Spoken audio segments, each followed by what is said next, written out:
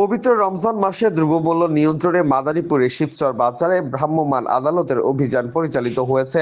শুক্রবার সকালে শিবচর উপজেলা সহকারী কমিশনার ও নির্বাহী ম্যাজিস্ট্রেট শাইখা সুলতানা ছদ্মবেশে ক্রেতা সেজে বাজার মনিটরিং করেন। বোরকা পরিধান করে তিনি মাছ, মাংস, মুদি ও ফলের দোকান ঘুরে পরিস্থিতি পর্যবেক্ষণ করেন। পরে ছদ্মবেশ ত্যাগ করে সকাল 10টা থেকে বেলা 12:30 পর্যন্ত ভ্রাম্যমাণ আদালতের অভিযান পরিচালনা করা হয়।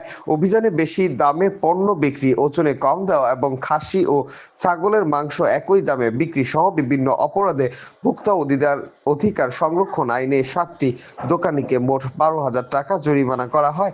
অন্যান্য ব্যবসায়ীদের সতর্ক করে দেওয়া হয়। অভিযানকালে শিবচর থানা পুলিশের একটি দল উপস্থিত ছিল। এ বিষয়ে শাইখা সুলতানা জানান, বাজার নিয়ন্ত্রণে ও ধরনের অভিযান অব্যাহত থাকবে এবং ভবিষ্যতে আরো কঠোর ব্যবস্থা নেওয়া হবে।